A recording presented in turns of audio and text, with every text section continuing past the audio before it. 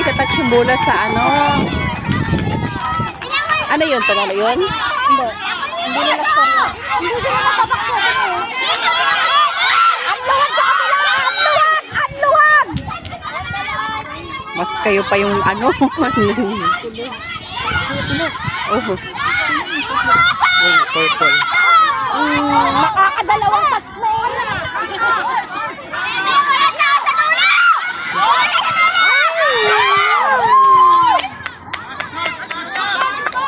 Last touch na sila.